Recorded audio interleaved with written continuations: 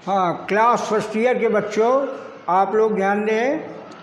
ये language grammar का second जो चैप्टर है सिंथेसिस का, उसमें फर्स्ट टॉपिक दिया गया है पार्टिसिपल का। पार्टिसिपल का यूज आप लोगों को, ये नियम है और इनको अपनी फेयर कॉपी में मेंटेन कर लेंगे और मेंटेन करके उनको समझिए और इसी के सहारे आपको एक्सरसाइज भी करनी है, ठीक है। इसीलिए डाल दिया गया है use of participle. Kinds of participle, participle के भेद यहाँ पर आपको पहले देखना है। ये पार्टिसिपल तीन होते हैं, प्रेजेंट पार्टिसिपल, पास्ट पार्टिसिपल और परफेक्ट पार्टिसिपल, ठीक है। सेंटेंस जो होते हैं दो, या तो एक्टिव वॉइस का लिखा होगा या पैसिव वॉइस में लिखा होगा। अगर एक्टिव वॉइस का सेंटेंस लिखा हुआ है और प्रेजेंट पार्टिसिपल का यूज करना है तो उसमें base form of verb plus ING का प्रयोग करना है। और अगर पैसिव वॉइस का सेंटेंस है तो उसमें being plus third form of verb का प्रयोग करना है।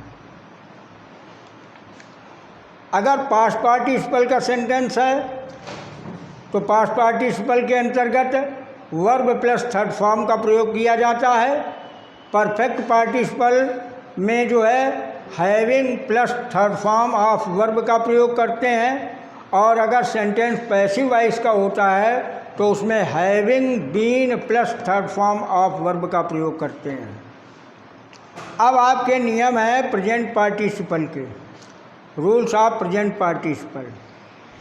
तो इसमें पहला नियम लिखा गया है, जब एक ही सब्जेक्ट के द्वारा दो कार्य एक साथ हों तो वहाँ पर प्रेजेंट पार्टिसिपल का प्रयोग करते हैं। जैसे कि एग्जाम्पल दिया गया, she went out, she was smiling, वह बाहर गई, सी वाज स्माइलिंग, वह हंस रही थी। तो दोनों वाक्यों का कर्ता देखो एक ही है, सब्जेक्ट है। सी यहाँ पर भी है, सी यहाँ पर भी है। तो वह हंसते हुए बाहर गई, इसका जब कॉमन करेंगे एक सेंटेंस बनाएंगे तो बनेगा वह हंसते हुए बाहर गई। तो इसको लिखा जाएगा सी went out smiling.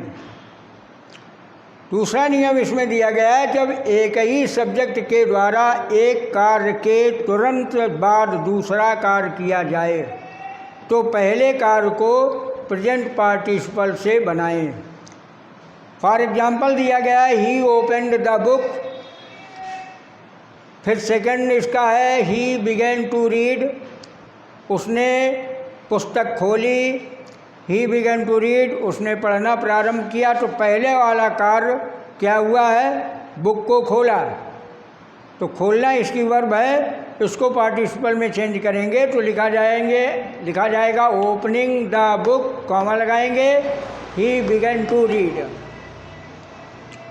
Third number इसका रूल है, जब दो कार्यों में पहला कार्य दूसरे कार्य के लिए किया जाए, पहला कार्य दूसरे के लिए किया जाए तो पहले कार्य को प्रेजेंट पार्टिसिपल में लिखें। फॉर एग्जाम्पल है, ही टुक ऑफ हिज शूज, उसने अपने जूते उतारे। ही इंटर्ड द टेम्पल, वह टेम्पल में प्रवेश कर गया। तो जूते उतार करके, चूँकि मंदिर में जाना है ना, इसलिए जूते उतारने हैं। तो दूसरा कार्य क्या है, मंदिर में जाना, इसलिए पहला कार्य उसके लिए किया गया है। इसलिए लिखेंगे taking of his shoes, comma, he entered the temple. Next में देखिए 4 नंबर में, जब पहले कार्य के दौरान ही दूसरा कार्य हो तो पहले कार्य को प्रेजेंट पार्टिसिपल से व्यक्त करें तथा साथ में वाइल का प्रयोग अवश्य करें। जैसे लिखा गया है एग्जाम्पल में, ही वाज रीडिंग, वह पढ़ रहा था। ही स्लेप्ट, वह सो गया। तो वह पढ़ते पढ़ते सो गया, लिखेंगे वाइल रीडिंग ही स्लेप्ट, जब पढ़ रहा था वह सो गया।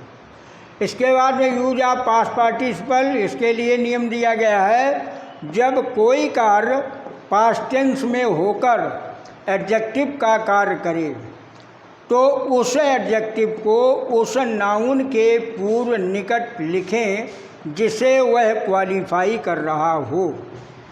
फॉर एग्जाम्पल, आई सा ए बर्ड, मैंने एक पक्षी को देखा। सेकेंड इसका सेंटेंस है द बर्ड वाज वाउंडेड, पक्षी घायल था। पक्षी कैसा था, कैसे का प्रश्न करेंगे तो एडजेक्टिव मिल जाता है, तो पक्षी कैसा था उत्तर मिलता है कि वाउंडेड, घायल।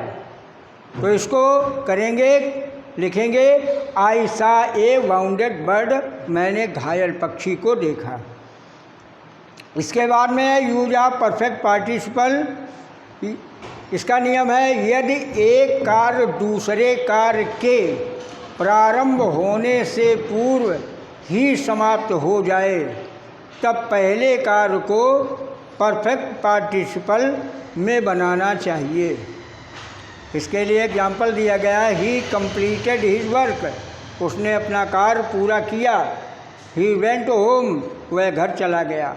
तो काम जब पूरा हो गया तब वो घर गया है ना, इसलिए पहले वाला कार्य जो पूरा हो गया है वही उसी को हमें पार्टिसिपल में चेंज करना है। तो यहाँ हैविंग का प्रयोग करेंगे, लिखेंगे having completed his work comma he went home. जो ये यहाँ पर नियम लिखा गया है having plus third form of verb, इसका प्रयोग यहाँ पर किया गया है। और यही सेंटेंस अगर यदि पैसिव वॉइस में होता तो having been plus third form का प्रयोग करते। ये आप लोग नियम अपनी फेयर कॉपी में नोट कर लें और बुक में जो एक्सरसाइज दी गई है उस एक्सरसाइज को आप लोग अपनी कॉपी में मेंटेन करें।